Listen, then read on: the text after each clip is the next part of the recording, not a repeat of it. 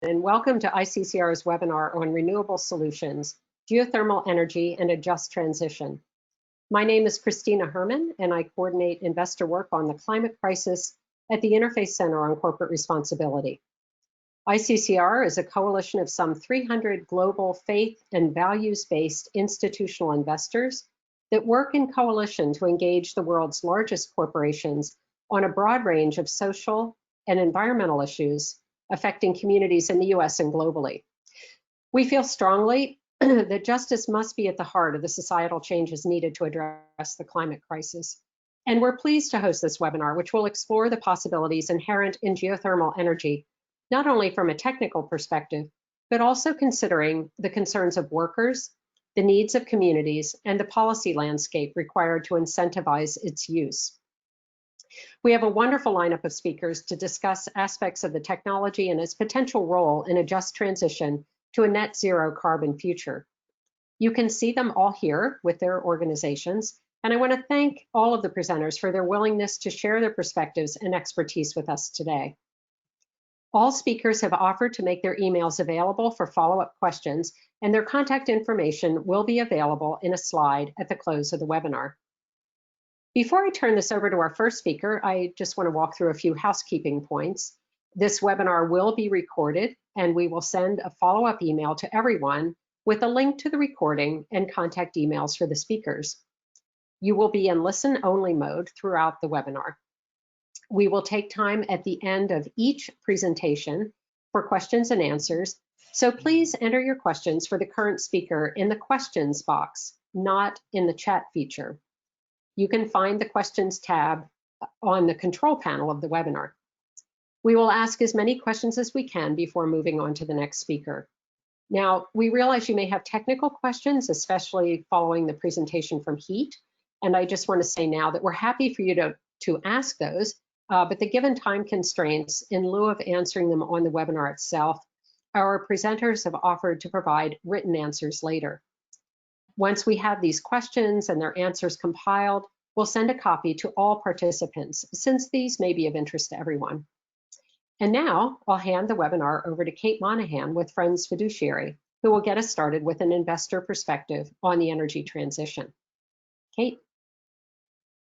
Thank you so much, Christina, and thank you for having me. My name is Kate Monahan. I'm the Shareholder Engagement Manager at Friends Fiduciary. We invest on behalf of Quaker institutions across the country in alignment with the Quaker values of peace, community, integrity, and environmental stewardship, and we are proud to be members of ICCR.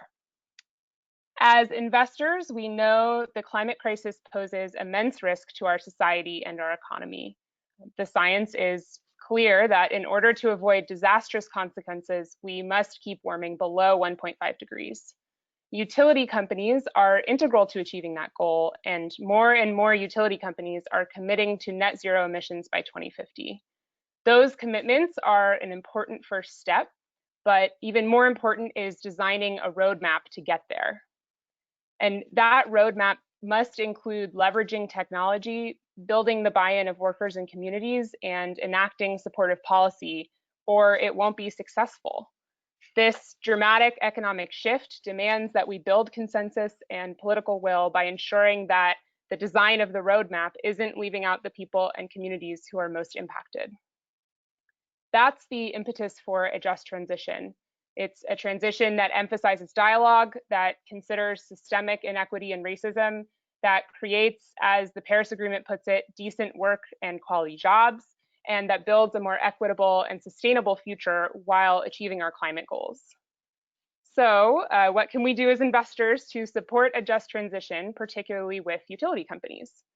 ICCR, the Initiative for Responsible Investment, or IRI at Harvard, and others are working on answering that question by listening to NGOs, labor and community groups to understand their concerns and identify possibilities for meaningful change. In Massachusetts, we are doing that by collaborating with the groups on this webinar. We are also working with the IRI to articulate a set of investor expectations reflecting the need to incorporate the perspectives and concerns of stakeholders into corporate decision-making. So one of the objectives in our dialogues with utility companies on a just transition is to ensure that they are engaging in a robust multi-stakeholder engagement process. And it's also imperative that we as investors learn about the technology options available in order to raise them with companies, identify where investment might be needed, and also to support essential policy at the local level. And this is where utility scale geothermal microgrids come in. It's a fascinating concept that has the potential to provide communities with safe, renewable energy while supporting well-paying jobs as we move towards a net zero future. I am very much looking forward to hearing from the speakers today, each of whom brings their own perspective to the question of what a just transition to a geothermal future could look like. Thank you.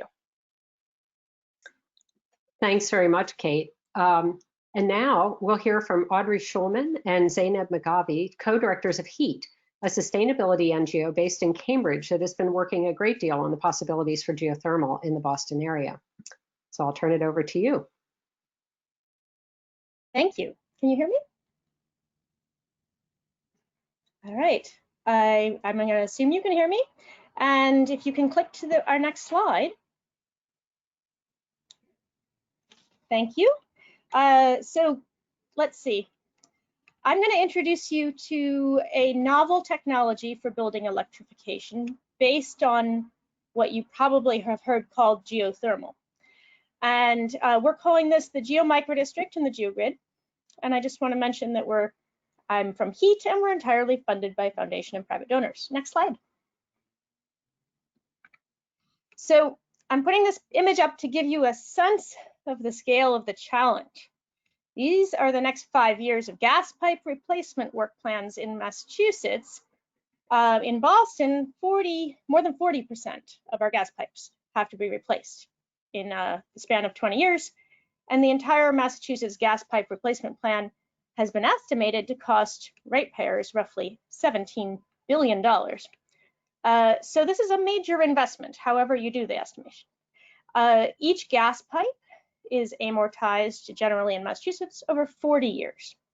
Yet we here in Massachusetts are 30 years away from our very strong emissions reduction mandates that indicate that Boston is assuming an 80% reduction minimum in gas use for heating. So that's 30 years away. Who's going to pay for those pipes? Are we setting up a stranded asset disaster? Next slide. And so the kind of investment I just mentioned, together with the inherent risks of gas, which I always feel the need to mention, the picture of the explosions in Merrimack Valley in Massachusetts 2 years ago at the bottom, create the possibility of what's called a utility death spiral, where you have some of your gas customers moving to electrification while leaving fewer and fewer gas customers to pay that increasing cost of the infrastructure. This lands on the backs of the low income naturally, and creates hazards for the workers and their jobs. And in California, they modeled a future gas rate increase with no transition strategy of more than 5 times. I don't know what that would look like in Massachusetts with our $17 billion investment and a heating climate. And then, of course, there's the municipal gas bans that have popped up in several places. So we're at a moment of change in this gas industry, and how can they avoid the risks, and what are the paths forward? Next slide. And so, sorry, yep. Utilities are they're aware of these challenges and are looking to an incremental change from the status quo. They're calling renewable gas. There are actually several different technologies that are in this category. We have looked into them as well. Here in Massachusetts, for example, biogas and renewable gas can at max meet 13% of the current gas use. It still leaks and still produces carbon dioxide. So hydrogen can be produced cleanly, but it is a tiny explosive molecule and has some real safety hazards. So in the end, given our existing technology, we concluded that the majority of the heating transition is going to have to be electrification through heat pumps. Next slide. And there are basically two kinds of heat pumps, ground source and air source. And ground source heat pumps, which are pictured here. This is a very basic example of one house, and with a pipe going to several boreholes. You probably wouldn't have that many, but and the ground source heat pumps, because the ground temperature is constant, unlike the air temperature, are much more efficient. And that matters a lot for our electric grid. If we're going air source heat pumps, ground source heat pumps, how much more of an electric grid do we need to build? That's another cost. So the problem with the individual installed geothermal, partly, is that it has in this version a fairly high upfront cost in infrastructure to bring the drill rig out to the individual house and drill sufficient holes to boreholes to cover the load of that house at any peak day. Ends up being a high upfront cost. It does pay back. You eventually get to a great place, but most won't put that money up. So we put these two challenges together, the gas industry's current challenge and this geothermal options upfront challenge. And next slide, designed the Geo Micro District. So this is a technology designed to replace a piece of gas pipe coming out of the ground at the outer edge of the gas system, a branch or a rung. You take out that old leaky gas pipe and you replace in the company's right of way, in the street, and with service lines to each customer building, with water pipe instead of gas pipe. And the company then pumps that water around, delivering it to each of the homes, delivering essentially temperature from the water. And each building has a heat pump in it, a ground source heat pump, that more efficient version, that pulls the temperature the building needs off of the water passing by. And so because this is designed as an ambient ground temperature loop, each building can choose to pull either heating or cooling, or in some cases both, off of that loop. So that actually meets more fully the range of thermal needs in any location. Then in the street, you have what's called a geothermal borehole array. Now, I have to just take a moment and tell you that the word geothermal is used for multiple different technologies, and you may have heard it used for what is a fascinating way to generate electricity, which is to bore deep down into the earth to a very, very high temperature location and use that to drive a steam turbine. That is called geothermal, as is this shallow 100 to 500 foot boreholes into the bedrock. I would prefer if they were named different things. So we are talking about, when we say network geothermal, a shallow borehole 100 to 500 feet or 600 feet in the gas company of right in the street, owned, installed, and maintained by the gas company. And, you know, it also adds the option of cooling, which we are going to need more of in the future. Next slide.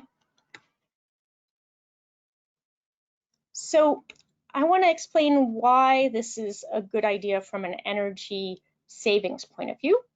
So first of all, we discussed how the ground source heat pump is so much more efficient. And it, like all heat pumps, gives you more energy than you put in, which is a beautiful kind of magic.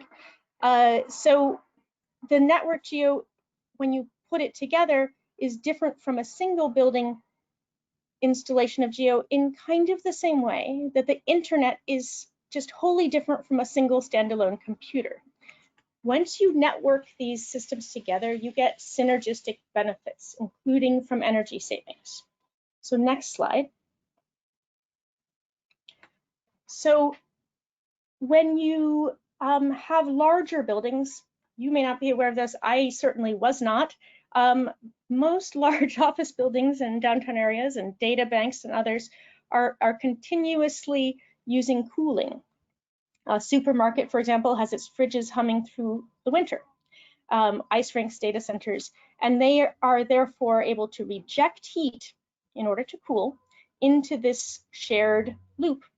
And that rejected heat, and I believe if you click, we have a little animation, so 1 click and then 2, that rejected heat can then be distributed to the other households on that system. In other words, you can basically— Sorry, I Yes. think you're on the wrong slide. You're on the GeoGrid right now. can you back up 1? Thank 2. you. Sorry, another one. You're on the, that's No, VTEP. oh yeah, okay, I see. Thank you, Audrey. All right, it's already confusing enough without being on the wrong slide. All right, so the sharing of energy, which is the slide before, but we'll get to this one right next.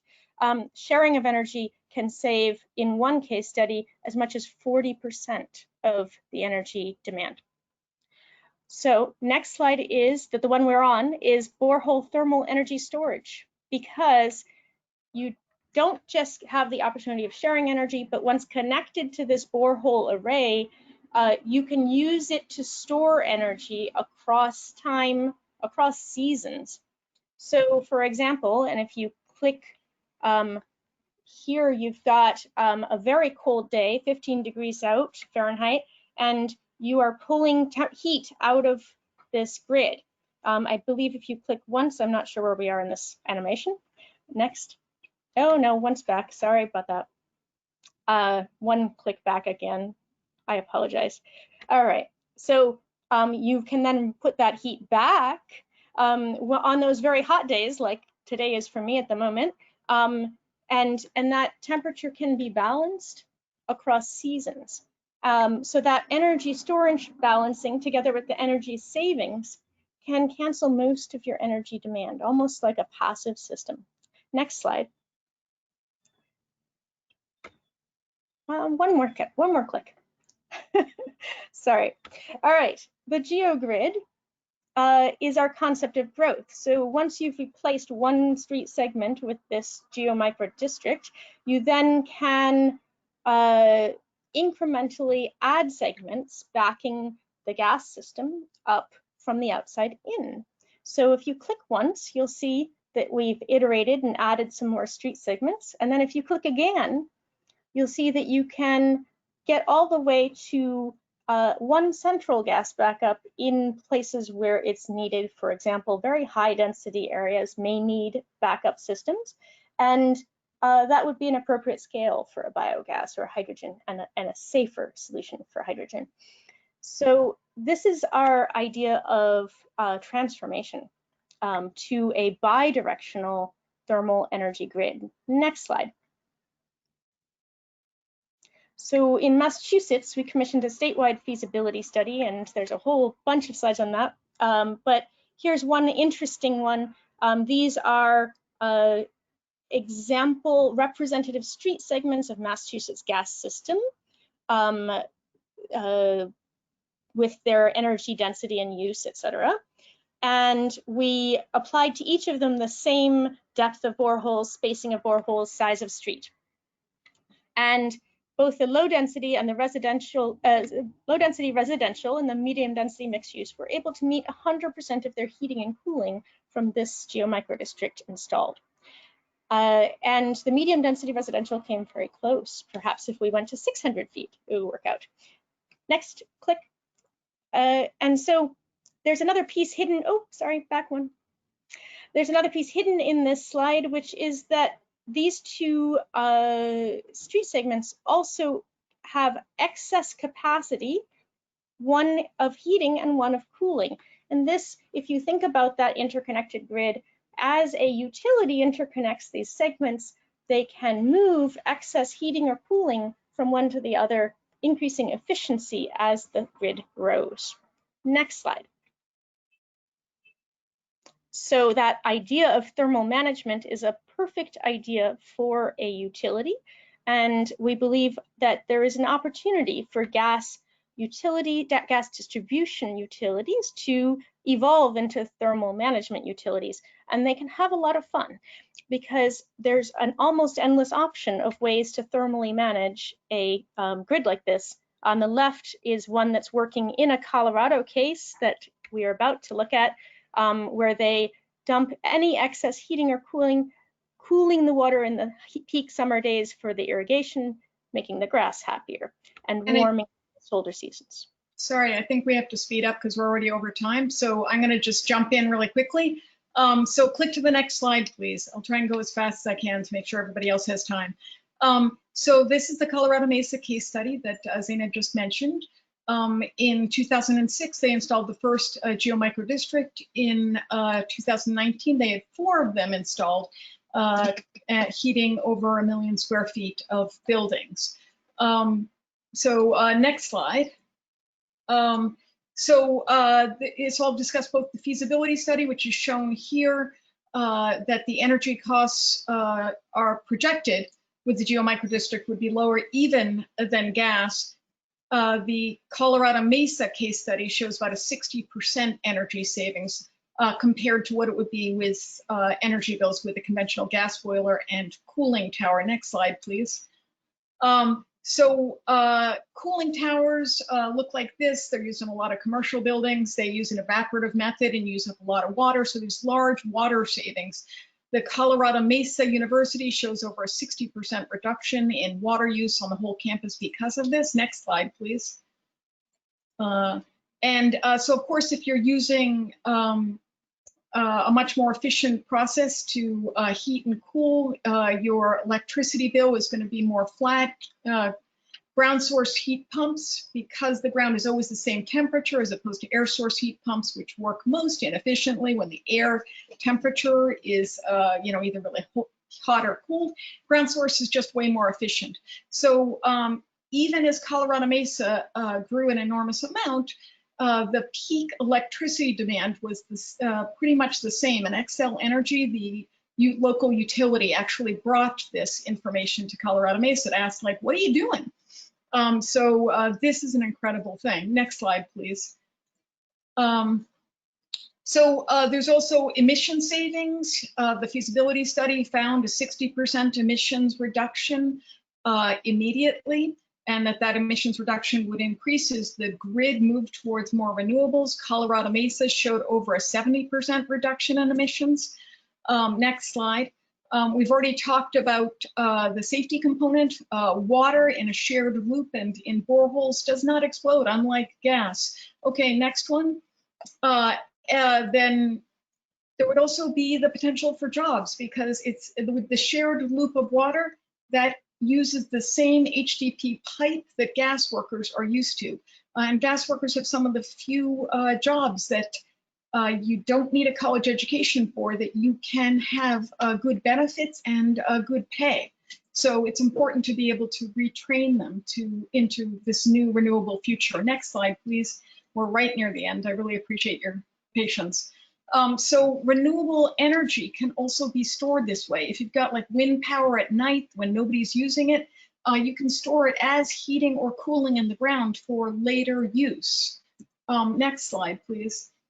Currently, there are 3 different utilities in Massachusetts that have either requested to pilot or are being told to pilot, potentially. There's interest also in other utilities and municipalities outside of Massachusetts, so it's quite exciting. We're thrilled. Next slide. In order to be able to ensure that these pilots are done right, we've convened a research team, including all these illustrious folks. We've submitted a Department of Energy grant to pay for it. This team will help to ensure data transparency, design, review, thoughtful evaluation, and many other things. Next slide. We are also assembling, we have done this community charrette that you see here that we had in MIT, including everybody from gas workers and utilities to geothermal experts and community groups. We want to open this group up even further and have quarterly meetings throughout the next few years for the first 2 pilots. Sorry, next slide. So what we try to do is we try to think of the gas infrastructure as a giant tree with its branches spread out across the state. What we want to do is prune that tree back in sections over time strategically to switch whole street segments to either individual air source and ground source heat pumps or networked geothermal systems, or possibly switching them to biogas when needed. Next slide, please. So our next steps are to think decades ahead to reduce the risk of those stranded assets, to continue to learn and educate others, to support pruning of that gas tree, i.e. strategic abandonment, to switch to renewable thermal infrastructure, and support innovation, especially if it's non-emitting. And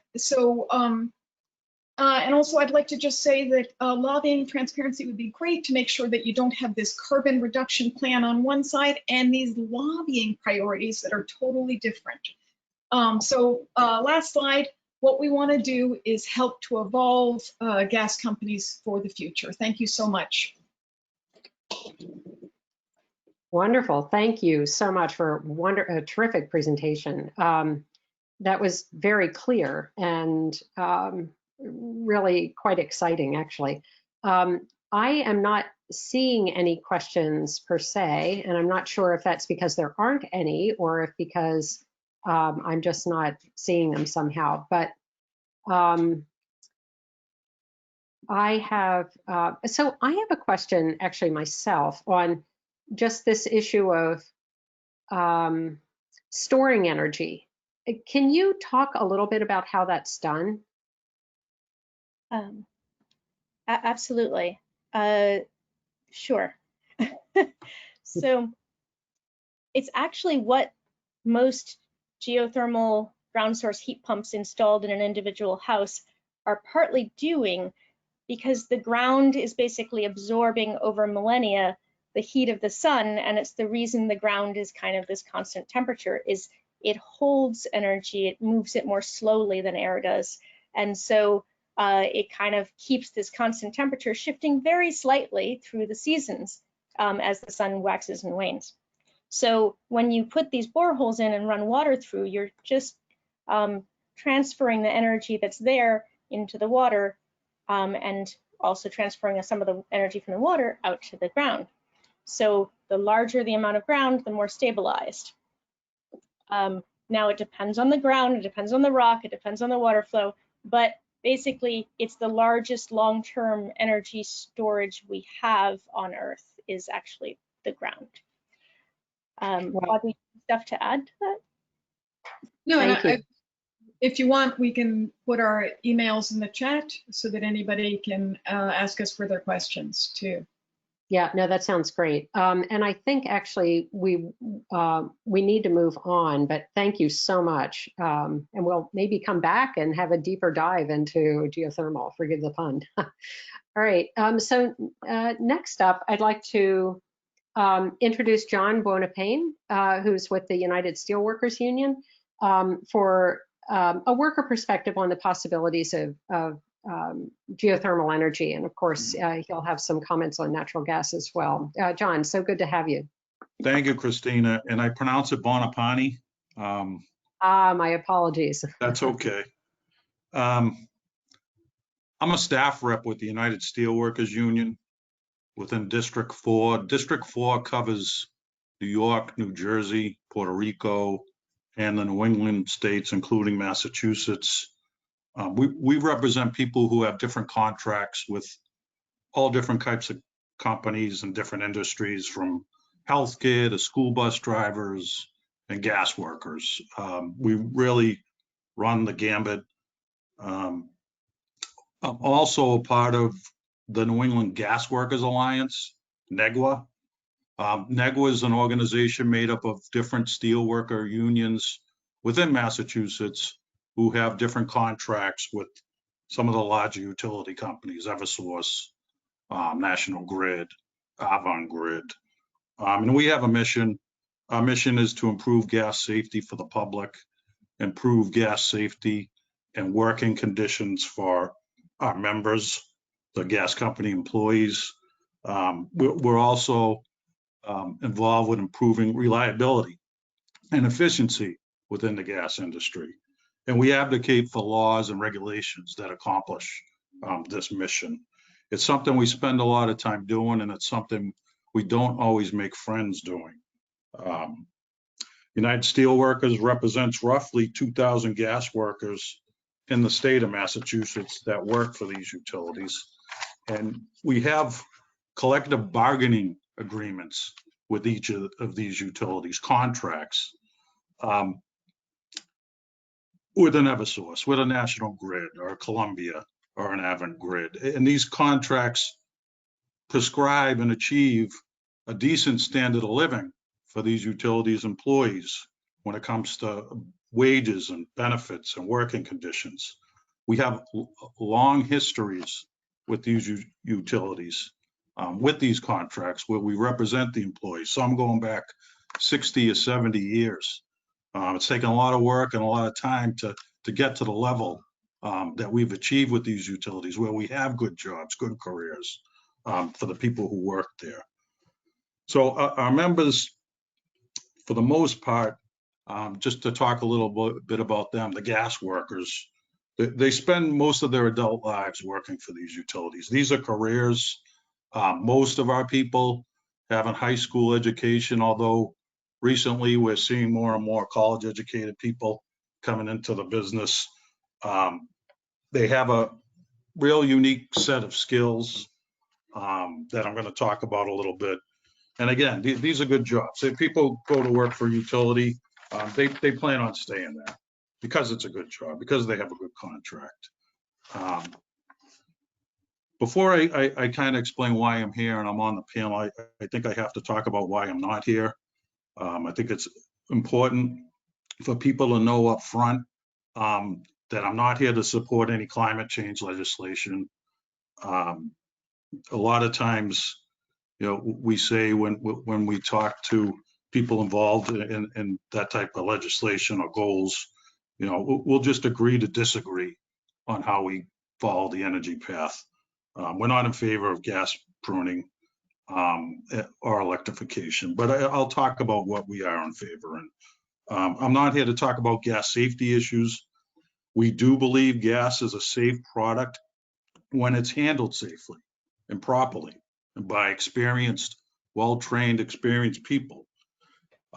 We spend a lot of time in other forums making sure that happens. And we think it does happen and it can happen with the proper oversight from the responsible regulatory authorities. That we think a safe system can be maintained and overseen. We don't believe gas should be eliminated as a fuel source. We definitely don't believe in outright gas bans. Some of the issues you've seen out there recently. We think gas is an affordable and with the proper technology, a clean and efficient part of what should be a balanced energy approach. And we believe it should stay that way. But that's not why I'm here. I'm here to talk about the geothermal, the micro districts, how gas workers can be a part of that.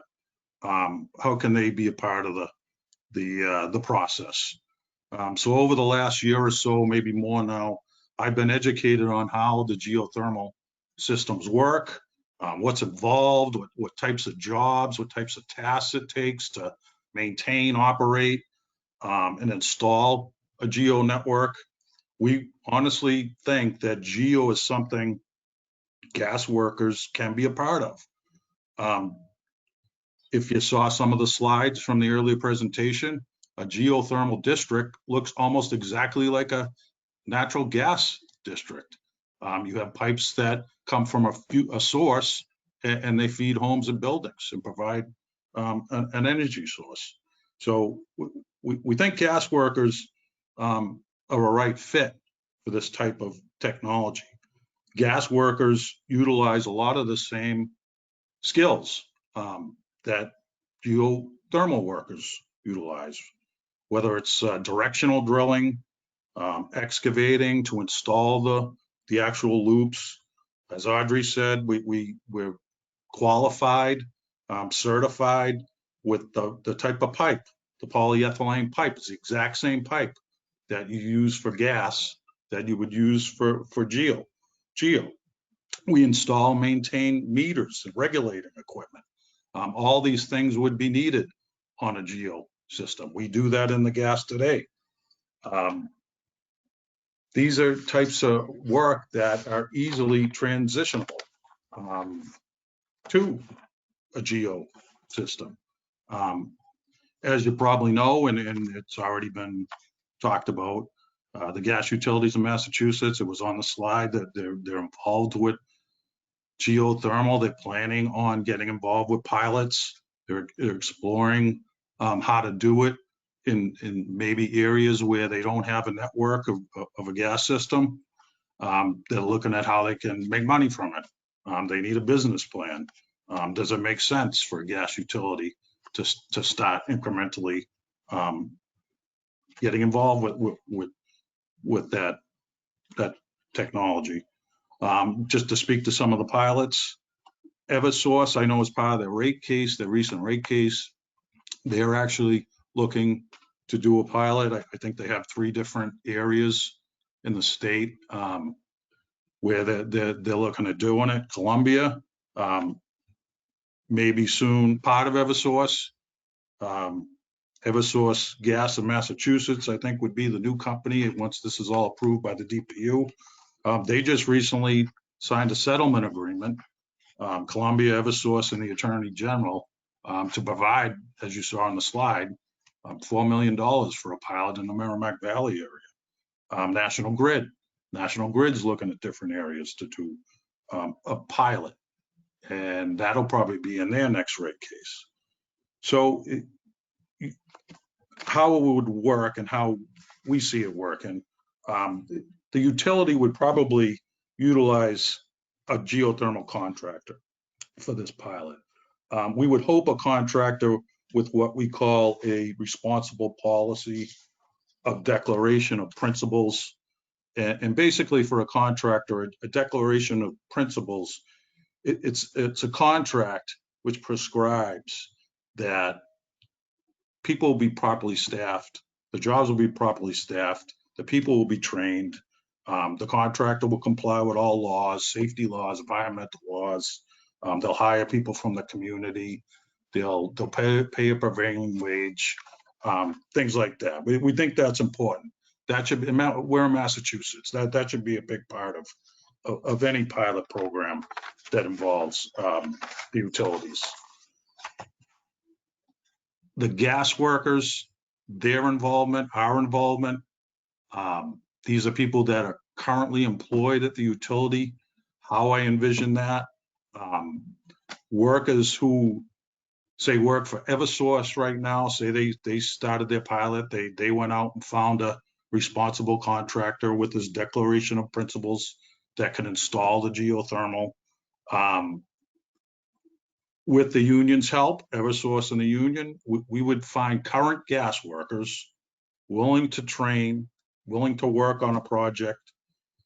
Eversource would then take these employees, we'd send them to a geothermal contractor training facility. And I know the laborers union, they're quite involved, and they have training programs that train people in geothermal. Adam Lupino, he may be on now. Somebody like that. The Eversource contractor would utilize the trained union employees to work on the geo project. That's how we see it. At some point, if the companies scale and this starts to grow and geo does take off, the gas workers would be able to grow with it. Right in the beginning, that's when it has to happen.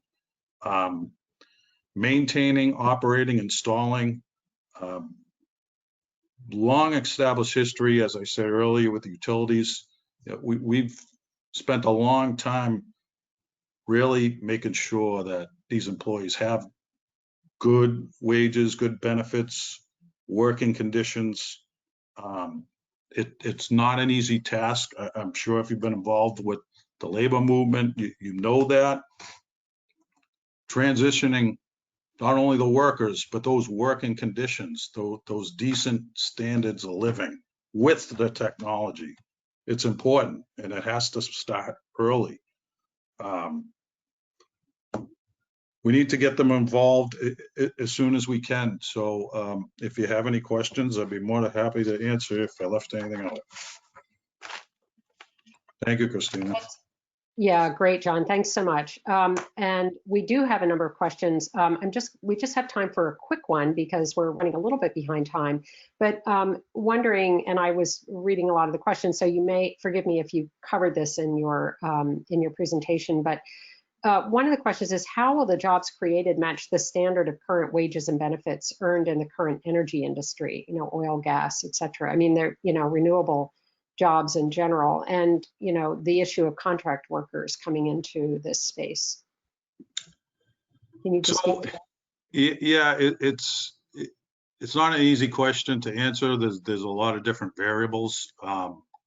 So from my experience, you have some of the cleaner energy type companies out there. They're smaller companies. They don't have a lot of employees.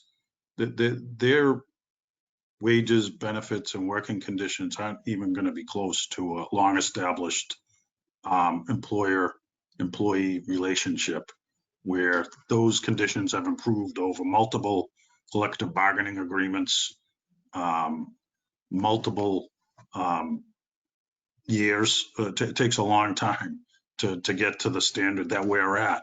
And unless it's right off the bat,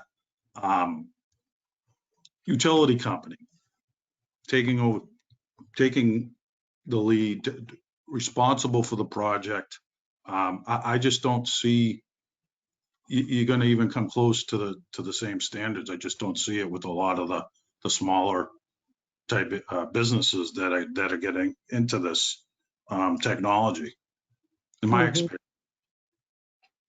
Well, it seems there's a lot of scope there for maybe raising questions with companies, for investors to raise questions with companies about the labor used in these projects. So I'm afraid we're going to have to move on. Thank you so much Thank you. for presentation. And just to remind folks, we will send out a recording of this, and we will be answering all the questions that we didn't have time to answer, or that perhaps required too detailed of an answer. We'll be answering those afterwards, and we'll send them to all participants. So next up, I'd like to introduce Karen Martin from the Merrimack Valley. She's with the North Parish of North Andover Unitarian Universalist Climate Justice Group, and she's here to give us a community perspective on geothermal. Karen. Thank you, Christina. In September 2018, the Merrimack Valley gas system collapsed amid explosions and fires. According to the then CEO of Columbia Gas, it was the largest disruption of the gas system in the history of the industry. I am a resident of the Merrimack Valley, and fortunately for me, I do not live in the impacted area. But as part of the climate justice group at North Parish, and a member of the Merrimack Valley Interfaith Group, which was formed in the aftermath of the explosions, I have seen some of the trauma, fear, confusion, and injustice caused by that event. The citizens of all three Merrimack Valley towns experienced the same fear and trauma. However, those in the two more affluent English-speaking towns were better able to recover than were many in Lawrence, the poorest city in Massachusetts with a high population of Spanish-only speakers. Imagine not speaking the dominant language, being from a culture with strong ties to family and neighbors, with little money to spare, navigating the next few months, taking time off work to get gas equipment replaced, filling out forms to be reimbursed for the spoiled food in your refrigerator, and the additional travel expenses incurred when you were put up in hotels up to 30 miles from Lawrence. Some opted to wait out the cold fall months in their unheated homes with no hot water and only a hot plate to cook on. Undocumented people were given a one-time payment and were not eligible for any reimbursements or temporary housing. Many people have yet to recover emotionally and financially, some ironically being unable to pay their gas bills. I have a friend who told me months after the explosion that his friend's wife refused to lock their doors. She was afraid that another explosion would occur, and the time needed to unlock the door could mean the difference in surviving the next explosion. I've heard stories of children afraid to go to sleep and afraid for their mothers to turn on their stoves to cook the evening meal. 1 year after the catastrophe, when people were beginning to feel more comfortable, another gas leak was discovered in an area that had been impacted the first time, an area in which all the pipes had been replaced. About 150 families were evacuated in the middle of the night. How traumatic it was for all of them reliving their common experience of the year before. Again, people lost work time and kids missed school. It was at this point that another group, Pueblo Verde, was formed to get the city off gas. But Lawrence, with its stock of older homes, would be hard-pressed to accomplish that goal without significant financial assistance. Lawrence has one of the highest rates of asthma in Massachusetts. Not only are local homes heated by gas, their stoves are gas too. Studies indicate that children with asthma are adversely affected by indoor emissions from gas stoves. And not surprisingly, Lawrence has one of the highest rates of COVID in the state as well. Gas is frightening, not just because it explodes, but because it's a fossil fuel, releasing greenhouse gases into the air. Not only does it fuel our homes, it fuels climate disruption. At-risk populations like Lawrence will be more exposed to summer's increasing temperatures as the climate crisis continues. Air conditioning will be needed to reduce the number of people experiencing heat illnesses. If any community should be the first to reap the benefits of clean geothermal energy, it is the people of Lawrence, who were the first to suffer the collapse of a gas system long past its prime. Thank you.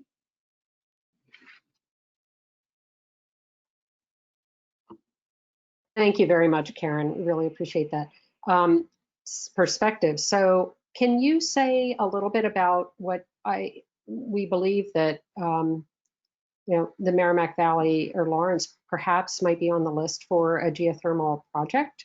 Can you say anything about that? Has the company talked to the community? Has there been much engagement? I'm not sure that the company has talked to the community, not to my knowledge. I do believe that in the settlement that just happened with Columbia Gas, that there is money for a pilot, at least in the Merrimack Valley. I would guess Lawrence would be the place. Mm-hmm. Great. Thank you. Well, I'm afraid we're going to have to move on. Unless I don't see any specific questions in the chat about this, except there's one, and it's really more for John, I think. John, if you can come back on, but it's kind of related. The question is, are you training workers from underserved communities? So, in any job training programs that the union might be undertaking, or that the state of Massachusetts might be undertaking. Can you speak to that issue at all? It's really a question of access to good jobs. Yeah, I mean, I couldn't speak for the Merrimack Valley, but I could say the union advocates for the companies to hire within the community. It really comes down to the utility companies. The way our employee-employee relationship is, we don't have a whole lot of say on who gets hired and who doesn't. It's really up to the utility. So, yeah. So a good set of questions for investors to ask them about.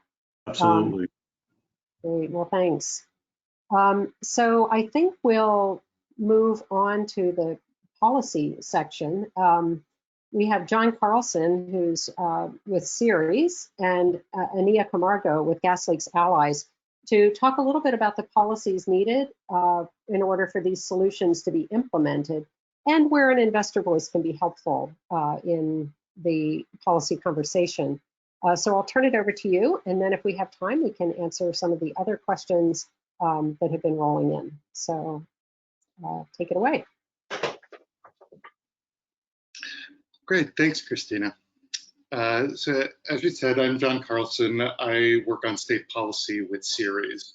We're an advocacy organization that works with large businesses and investors. I think many of you may be familiar with us, but I specifically work on our state policy advocacy, the outreach to legislatures and passage of laws and executives implementing those laws. And one of the reasons I wanted to talk to you today is because this exciting technology we're hearing about, really has a great deal of potential to help us get to a cleaner, more sustainable future and do it in a just way. But in addition to taking these immediate steps of creating pilot projects and programs right now, there are other steps we can be taking immediately to get us to that future. And part of that is helping to create the incentives and the policy framework that will allow these technologies to grow and be adopted. And here in Massachusetts, there is a legislative session. It's a 2-year session that ends next week, actually. The end of July is the end of the formal session. And there are several key pieces of legislation that we have been promoting for several years that are very close to the finish line, but they're not there yet. And I do think that they could be very helpful in supporting the type of technologies that we're looking at here. And I wanted to talk to you specifically about it because the investor voice doesn't usually weigh in on this type of legislation. And so you're unique. And if you are interested in engaging, lawmakers will pay attention. It really can make a difference, especially at such a critical moment like this. And I know both myself and Ania, who will be speaking in a moment, would be more than happy to follow up with anybody who's listening in now who might want to weigh in. We'll help create the avenues for you to do so and make those connections. But with that as a preamble, I should explain a couple pieces of legislation that we really are hoping to get over the finish line. So the policy framework that a lot of climate policy in Massachusetts operates under is the Global Warming Solutions Act. This is actually a really great framework that we like, and many positive things have happened since its initial passage, but it is unfortunately out of date. It was originally based on science that we just know better now. It has an emissions reduction target for the state of 80% reduction by 2050. Now, since that was initially adopted, the IPCC has issued new reports about the dangers of us even breaching a 1.5 degree temperature increase. And with that new target and that new science, it's clear that we actually need to get to net zero emissions by 2050. And so what we want to do is we want to update this Global Warming Solutions Act from 80% to net zero by 2050, but then also make sure that we have interim targets in place for 2030 and 2040 that will make sure that we're on track to get there, because we can't, just set this target in law and not do anything about it till 2049 and then be surprised when we don't get there. So getting this new target, these new interim goals, and then setting up a process that will develop the plan for the state that everything else is aligned to hitting that goal. So the 2050 roadmap bill sets that process in place.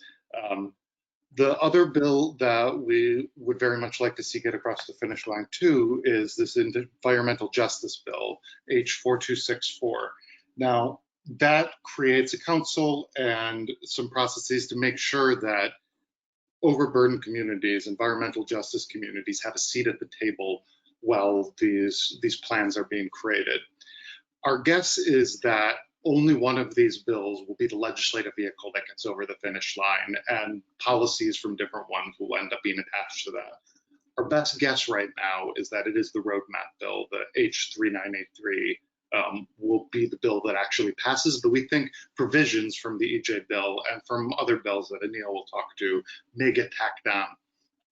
We are expecting that the House is going to take a first vote on these this week. And then hopefully next week, the Senate and the House will be in a conference committee to kind of meld the two pieces of legislation that have passed, because the Senate has already passed their own bill, which is listed here as well, the S2500, the Next Generation Climate Policy Act. So what finally gets over the finish line will be some amalgamation of all of these things together, but most immediately right now, we need the House to actually pass their version of it and do it in the most ambitious way possible, so that when we do get to the end of the session, we're in the spot to get this over the finish line and create this framework that'll help get us to this cleaner future. Because that's going to need dramatic expansion of offshore wind. That's going to need coming up with ways of decarbonizing transportation. And yes, it's going to need us rethinking how we use natural gas infrastructure. And I'll let Ania speak a little bit more about that. So great, thanks, John. So I'm Ania Camargo, and I'm a member of the Gas Leaks Allies, which is a broad coalition of more than 20 organizations and researchers that focus on reducing methane emissions from the natural gas distribution system while transitioning to fossil-free energy sources. And I'm just going to say, John was just talking about targets. And so when you're trying to reach your targets in Massachusetts, you have to think about where those emissions are coming from. And here, 40% come from transportation, 20-ish% come from electricity, and 30%, so almost a third, comes from heating our buildings. And I think there are a lot of people working on transportation, and we already have a plan in Massachusetts for electricity, where it has to be 2% more renewable each year, but we have no plan in place for how to address emissions for the heating sector, or for how buildings are heated. In fact, gas companies here can only sell gas. And so the Gas Leaks Allies worked with legislators on what we call the Future Act, and it has two big themes or components. The first one is many provisions around gas leaks and gas safety. For example, things like not paving over shutoff valves, so, things like that. The idea, of course, preventing future big problems like what happened in Merrimack Valley. And then the second component is a path for gas companies to transition toward renewable thermal. And that is, that path includes allowing gas companies to sell thermal energy, heating and cooling, just like what Zainab and Audrey were just talking about on geothermal. And it would be a way for them to not just sell gas. It also includes including a thermal credit market that the gas companies could participate in. Right now, the electric companies can do that, but not the gas companies. And it would mandate that gas companies provide more and more renewable energy each year, same as we do for electricity, but it would be a plan for gas companies to transition. In addition, there would be some financial mechanisms in place, like allowing our current pipe replacement program to pay for renewable thermal infrastructure, and also, for example, not allowing depreciation for pipes installed today to be depreciated past 2050, so that they won't become stranded assets when we're no longer using gas. And so that's sort of the big framework of this, where it is today, the status today. The Future Act did not make it out of the Energy Committee, but many of its provisions, the safety provisions, are still in play. And in the Senate bill that John just talked about, the Next Gen Policy Bill, there is something in there that allows gas companies with approved geothermal pilots to bill for thermal energy. And we need to get that over the finish line. And as John said, we really need the investor voice to start talking about this idea that we need to transition gas companies, or at least that there has to be a plan in place. And we had a big push or support from the AGO, who about a month ago petitioned our Department of Public Utilities to ask gas companies to come up with plans for how they will be meeting the Global Warming Solutions Act, because we can't meet our goals without doing something about gas. And one of the things that's really interesting is that the case that the AGO makes is a really strong equity case, with the idea that as more and more wealthy people and towns transition to electrification, the cost of the gas infrastructure will fall on the poorest communities, who are going to, of course, still be on gas, and will end up paying for all of this pipe replacement in the future. And here, this is a picture of Ana Javier, and she's a community leader in Lawrence, and she's testifying for the Future Act because of people's real fear of gas in Lawrence. And so, as the question that was made to Karen, our hope is that one of those pilots can be installed in Lawrence. That's it. Thank you. Great. Thank you so much. We are out of time, unfortunately, but there are a number of really good questions, some of which I'll just say, I want to ask one quick one out of the question box. Where has this geothermal microdistrict concept been? Is it in use anywhere? Is it tested concept? Yes, this is Audrey. And it is. There is one in Colorado Mesa University, which has 4 different interconnected geomicrodistricts. And we, will soon have them hopefully in Massachusetts. One of the sites we have, chosen, we don't have the power, but one we're suggesting, I guess, is in Lawrence, in the site of a nonprofit. So we hope it can go there because it would be so appropriate given everything that's happened. Yes, it would indeed. Well, thank you so much to everyone. And again, to all the participants, thanks to all the presenters and to all the participants. We will send out answers to all your questions that were not answered on the webinar itself, and we really appreciate your participation. You can see on the last slide is a list of emails. And we will send you again a copy of the presentation so you have those. Feel free to ask anyone additional questions that may occur later. And we're really, excited to explore this technology and to, as a piece of the just transition. So thank you again to everyone.